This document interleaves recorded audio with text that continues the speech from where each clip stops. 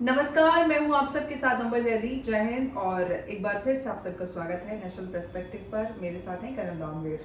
जय हिंद जी, और आज हम बात करने वाले हैं पाकिस्तान ऑक्यूपाइड जम्मू एंड कश्मीर और गिलगिट एंड बल्तिस्तान, क्योंकि यहाँ पर काफ़ी वक्त से एहतजाज चल रहे हैं, आंदोलन चल रहे हैं।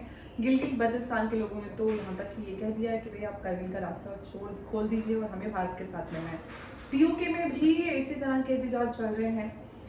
और इनफैक्ट अभी पिछले कुछ दिनों पहले जो जनरल वीके सिंह है उनका बयान भी आया और उन्होंने अपने बयान में कहा कि जल्द ही पीओके भारत में आकर मिल जाएगा, भारत में विलय हो जाएगा और अपना पैसा होगा। किस तरह से देख रहे हैं इस पूरे उसको आप करण साहब? देखिए, जो पाक मकबूजा कश्मीर है, पाकिस्तान ऑक्यूपाइड कश्मीर है और जो इनके शिमाल के इलाके हैं, दैट इज़ गिलगिट बल्तिस्तान, हमारे लिए पूरा का पूरा पीओके है। ये लोग इसको दो हिस्सों में बांट के देखते हैं, एक तो शिमाल और एक आपका पीओके, जिसको मुजफ्फराबाद कोटली का इलाका बोलते हैं। अब मुजफ्फराबाद कोटली के अंदर पहाड़ी जाति के लोग रहते हैं। ये थोड़ी सी डेमोग्राफी समझना बहुत ज़रूरी है। मुजफ्फराबाद, कोटली, नौशहरा, आपका पुंछ, ये जो इलाका है रजौरी, यहाँ पर आपको बकरवाल, जो कि इंडिया साइड में, उस साइड में नहीं है, गुजर, जिनकी अक्सरियत हमारी तरफ है, उस तरफ कम है, और पहाड़ी तकरीबन 90% हैं। फिर यहाँ पे आपको राजपूत मिलेंगे, डोगरा मिलेंगे जी। और राजपूत डोगरा एज इन डोगरा मुसलमान और राजपूत मुसलमान, ये आपको पाकिस्तान ऑक्यूपाइड कश्मीर में मिलेंगे। आपने मनास सुना होगा, उनका एक मिनिस्टर भी रहा है। मनास डोगरा राजपूत होते हैं। और तो ये इसकी डेमोग्राफिक बनावट है। और ये ज़्यादातर सुन्नी मुसलमान हैं। और अब जब से 47 के बाद से, जब से इन्होंने इस इलाके पर कब्जा किया है, इन्होंने इसकी डेमोग्राफी चेंज कर दी है।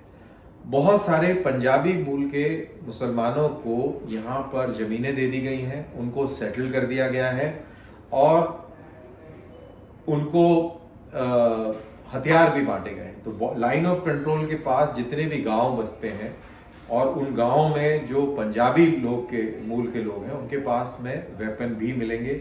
और ये इस तरीके से आप कह लीजिए कि लोकल मिलिशिया के तौर पर इनको बनाया गया है। अब जब आप बात करते हैं गिलगिट बल्तिस्तान की, तो ये अक्सरियत इनमें शियाओं की है। और लेकिन 1947 के बाद से यहाँ भी पंजाबी और पठान घुसपैठ बहुत ज़्यादा की गई है और यहाँ भी डेमोग्राफी चेंज करने का प्रयास किया गया है। शिया से सुन्नी करने का बहुत ज़बरदस्त प्रयास किया गया है और अभी भी ये प्रयास चल रहा है। तो ये दो अलग अलग चीज़ें हैं। इसके अलावा अब यहाँ पर इंफ्रास्ट्रक्चर कमज़ोर है, अस्पताल नहीं है, बिजली उतनी नहीं आती, वगैरह वगैरह, ये सारे इश्यूज़ हैं। रोड की कमी है और ये सारे इश्यूज़ हैं। अब पहले चल जाता था, पहले जब इंटरनेट नहीं था तब कहानी अलग थी। तो जैसा प्रोपेगेंडा पीटीवी में होता था वैसा लोग मान लेते थे। लेकिन अब इंटरनेट पे है अंबर, मैं और आप भी अब चाहें तो इंटरनेट से गूगल करके हम कोटली, रावलाकोट, कहीं का भी मंजर जो है वो देख सकते हैं, वीडियो मिल जाएंगे, बहुत सारी चीज़ें इस तरीके से आपके सामने आ जाएंगी। और खबरों के माध्यम से, सोशल मीडिया के माध्यम से आपको बहुत सारी जानकारी मिलती है। और अब इस जानकारी को लेकर यहाँ के लोग पछता रहे हैं कि ये ऐसा क्यों हुआ कि हम पे इन्होंने कब्जा कर लिया और हम महरूम हो गए सारी उस खुशहाली की जो कि दूसरी तरफ मिलती है। तो ये सिचुएशन है अगर आप देखा जाए। और जब ये कश्मीरी बात करते हैं तो कश्मीरियों का इनको के नहीं मालूम, जो असली कश्मीरी है वो तो इनको नजर भी नहीं आता है लाइन ऑफ कंट्रोल से। वो बीच में पीर पंजाल की पहाड़ी है। असली कश्मीर और कश्मीर की घाटी तो अलग है। एब्सोल्युटली, वो जम्मू के उसमें आ जाता है। हाँ। लेकिन एक बात मैं कल साहब आपसे समझना चाहती हूँ कि जो कश्मीर घाटी में अभी हमारा जो एक ऑपरेशन हुआ जिसमें हमारे सेना के जवान और डीएसपी अधिकारी मारे गए, 3 जवान शहीद हुए हैं।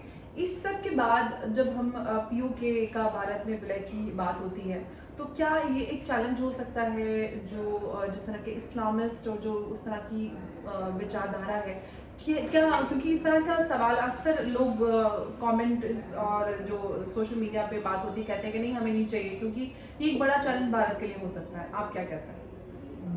देखिए ये हमें नहीं चाहिए, हमें चाहिए, ये तो बात की बात है, लेकिन कानूनी तौर पर वो हमारा है और अगर वो विलय होंगे और ऐसी सिचुएशन बनेगी तो कोई मना नहीं करेगा। इस पूरे खेल में जब मैं पूरी स्टोरी बताता हूँ, एक चीज बताना भूल गया, वो ये है कि ये इस पूरे इलाके का जो पस मंजर है वो सूफी इस्लाम के ऊपर बेस्ड है जी। आपको पूरी कश्मीर घाटी में, पूरे जम्मू पुंछ रीजन के अंदर आपको पीर और मज़ार बहुत ज़्यादा मिलेंगे। पाकिस्तानी इन्फ्लुएंस होने के बाद इसके ऊपर अंकुश लगा। इस्लामिस्ट का जब दौर चला तो इसको बहुत बुरी तरह कंट्रोल किया गया। आतंकवादियों ने इसको रोकने का बहुत प्रयास किया। अब दोबारा से ये चीज़ आ रही क्योंकि ये that is part of their culture. और जो पाकिस्तान जिस तरीके से एक प्रयास कर रहा है, लोगों के जहनियत को बदली करने की कोशिश करता है, उनके रहन सहन को बदली करने की कोशिश करता है, उनके मज़हब में तब्दीली लाने की कोशिश करता है, तो उससे भी लोग काफ़ी परेशान हैं। अंदर से गुस्सा है, गिला है और एक तरीके से नफ़रत है। और वो नफ़रत जो है, अब आप देखें अंबर, जैसा मैंने पहले बोला इंटरनेट का ज़माना है, आप देखिए यूट्यूब पर आप वीडियोस देखिए, ट्विटर पर किस तरीके के नारे लग रहे हैं। आपने खुद ही ने बताया कि अब हमें कारगिल का रास्ता खोल दीजिए, गिलगिट के जो मुजाहिरीन थे वो वहाँ नारे लग रहे थे। इसी तरह आप पीओके के अंदर देख लीजिए, जिसको मुजफ्फराबाद का रीजन है, वहाँ भी इस तरीके की बात। 14 अगस्त को पाकिस्तान के जम्मू कश्मीर में ब्लैक डे मनाया गया। बिल्कुल ब्लैक डे मनाया गया। एब्सोल्युटली। आप देख लीजिए कि ये तो आप कह रहे हैं कि कश्मीर बनेगा पाकिस्तान, और जो वो है वो कह रहा है कि पीछा छुड़ाओ पाकिस्तान है। अब वो उल्टा हो गया, कश्मीरी बोले पीछा छुड़ाओ पाकिस्तान और आप बोल रहे हैं कश्मीर बनेगा पाकिस्तान। तो ये डायकॉटमी, और ये ऐसी बात नहीं कि इनको समझ नहीं आ रहा है, इन गधों को भी समझ में आ रहा है, और इसीलिए ये छटपटाहट है, इसीलिए ये बहुत अनकंफर्टेबल है। ये इनकी जो मानसिकता है वो ऐसी है कि भाई हम मर जाए, हम कट जाए, हम खत्म हो जाए, लेकिन हमें बस कश्मीर हमें लाके दे दो कि हम दफन कश्मीर में होना चाहते हैं। कश्मीर का मुद्दा खत्म हो जाएगा कर्नल साहब, तो उनके पास कोई, चाहे हम लोकल पॉलिसी के नाम पे बात करें, लोकल पॉलिटिक्स या फॉरेन पॉलिटिक्स की बात करें, कश्मीर के अलावा उनके पास कुछ है ही नहीं। तो अगर आप कश्मीर निकाल देंगे तो फिर आसिम मनीर को वो बोलेंगे कि जनाब आप जो प्लॉट अभी तक लिया आप उसमें घर बनाए रहे और कब्र भी वहीं खोद ले गई, क्योंकि अब कहाँ जाएंगे, आपको कब्रिस्तान में भी जगह कहाँ दी जाएगी। कश्मीर का मुद्दा खत्म हो गया। लेकिन ऐसा, इसीलिए कश्मीर को जिंदा रखा गया है। अगर आप ध्यान से देखें तो वहां के लोगों को भी कश्मीर से इंटरेस्ट नहीं है, एक्सेप्ट फॉर जो इस्टेब्लिशमेंट के लोग हैं, वो कश्मीर कश्मीर का गाना गाते हैं। नहीं, लेकिन जो वहाँ के कश्मीर के बाशिंदे हैं उनके साथ जो कुछ हो रहा है, वो कितने लंबे वक्त से मुजाहिरे कर रहे हैं, जिसमें बिजली का, आटे का और इस तरह के मसले हैं कि हमारे यहाँ पानी और बिजली और जो चीज़ें हमसे ही यहाँ पे बनती हैं कश्मीर में, और आप उसको हमें ही कई सौ गुना दाम पे। अरे आप ये देखिए, हम यहाँ से जाके कश्मीर के अंदर जमीन नहीं ले सकते। वहां पे एक प्रोटेक्शन दी है भारत सरकार की तरफ से, लेकिन वही प्रोटेक्शन पाकिस्तान ने नहीं दी, जबकि उसको बोलते हैं वो आजाद कश्मीर। लेकिन वो, मैं बोल रहा हूँ ना, वहां पे पंजाबियों को और पठानों को लेकर यहाँ पे बसाया गया है। वो तो पाकिस्तान की नीति का हिस्सा रहा है, जो डेमोग्राफिक इम्बैलेंस को क्रिएट करता है। और मैं वहाँ कश्मीरियों को भी बोलता था, और कश्मीरी भी मानते। जब मैं कश्मीर में था, कश्मीर घाटी में, तो मैं कईयों से बोला, और जनाब अगर ये कश्मीर बनेगा पाकिस्तान तो क्या होगा? तो वो कहते तौबा, कहते अगर ऐसी हकीकत में ऐसे हो गया तो ये हम लोग इनके गुलाम हो जाएंगे, ये सब बड़े बड़े घरों में ये जम जाएंगे, ये कशीदाकारी और ये सब खत्म हो जाएगी, और ये हो जाएगा, वो हो जाएगा, इस तरीके की बात। तो हमने बोला कि ये फिर क्यों, ये पाकिस्तान के झंडे वंडे क्यों? कहते ये तो चिढ़ाने के लिए है। वो चिढ़ाने के लिए करते थे, क्योंकि पॉलिटिक्स थी, हुर्रियत के कहने से चिढ़ाने के लिए। और पत्थरबाजों को 500-500 रुपए मिला करते थे उस समय। तो कहते यार चलो कोई नहीं, खाली बैठे हैं, दोपहर का टाइम, अभी नमाज करके 1000 आए 500 रुपए कमा के आ तो जाते। 500 रुपये कमा के 1 घंटा पत्थर चलाएंगे और 500 रुपये शाम को पार्टी करेंगे। तो वो ऐसे वाला माहौल हो गया। अब वो सब खत्म हो गया है, दुनिया अब इस सब से बाहर निकल गई हाँ, है। लेकिन वही सवाल जो मेरा आपसे था और जो अक्सर लोग सवाल भी करते हैं कि अगर जो हमें कल साउथ कश्मीर में देखने के लिए मिला, अगर पीओके भी मिल जाता है और वहाँ पे जिस तरह से पाकिस्तान ने एक डेमोग्राफिक इम्बैलेंस क्रिएट किया है, तो क्या तो हम जो सबसे जो पहले वहाँ पे कश्मीरी है- पंजाबी और जो पठान हैं जो आके बसाए गए हैं उनको निकाल के भगाएंगे, और हम नहीं भगाएंगे, वहाँ के खुद के लोकल लोग भगा देंगे। वो उन्हें भी तो आजादी चाहिए।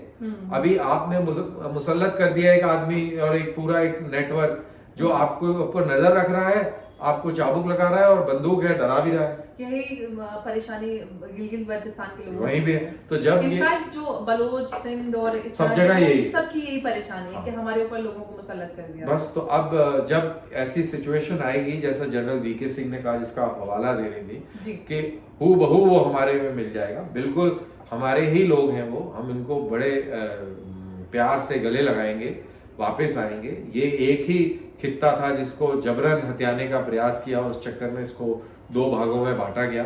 एक तरफ आज़ाद कश्मीर है जहाँ पर हमारे कश्मीरी आज़ादी से रह रहे हैं, और एक तरफ असल में पाक मकबूजा कश्मीर है जहाँ पर उनके ऊपर इस तरीके से लोग बिठाकर उनकी सांसें जो गिन रहे हैं और एक एक पल पल की खबर रखते हैं, और उस तरीके से जो उनकी, आप सोचिए कितनी घुटन हो जाए अगर कोई हम लोगों के साथ में इस तरीके से हो तो ये लेकिन हालात कर्नल साहब, एक बात है, जिस तरह से जनरल वीके सिंह का बयान आया है तो अपने आप में कई सारे संदेश देता है। जिस तरह से पाकिस्तान ऑक्यूपाइड जम्मू कश्मीर में काफ़ी लंबे वक्त से एहतजाज चल रहे हैं, तो अगर जिस तरह से आंदोलन और बयान इन दोनों को मिलाकर देखते हैं तो ये भारत की जो नीति है, या अगर हम फॉरेन पॉलिसी जो अब तक जिसका लोहा पूरे देश में विश्व में माना जाता है, उसकी एक बड़ी जीत हो सकती है बिना किसी जंग के हथियार के, ऐसा कुछ होता हुआ नजर आ रहा है। तो ये कितनी बिल्कुल कितनी 300 बड़ी रुपए से ज्यादा का डॉलर हो गया।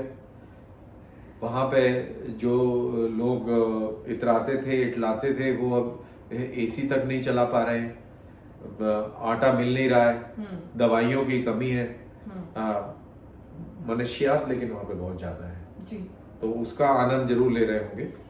मनशियात ही बोलते हैं ना ड्रग्स को, हाँ ड्रग्स को मनशियात, वो उसकी कोई कमी नहीं है, और उसका पूरा आनंद तो पूरा पाकिस्तान में तो वो सब है।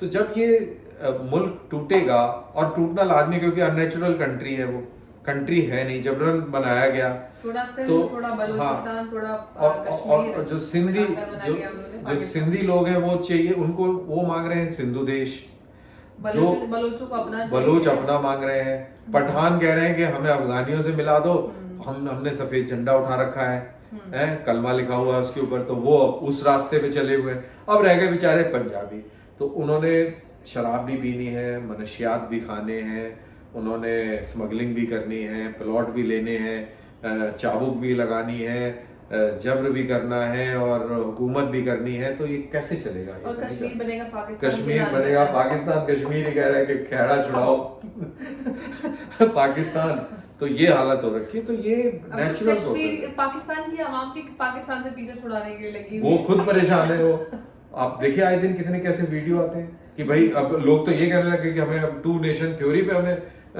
वो है कि यार ये क्या बेवकूफ़ी करी आपने।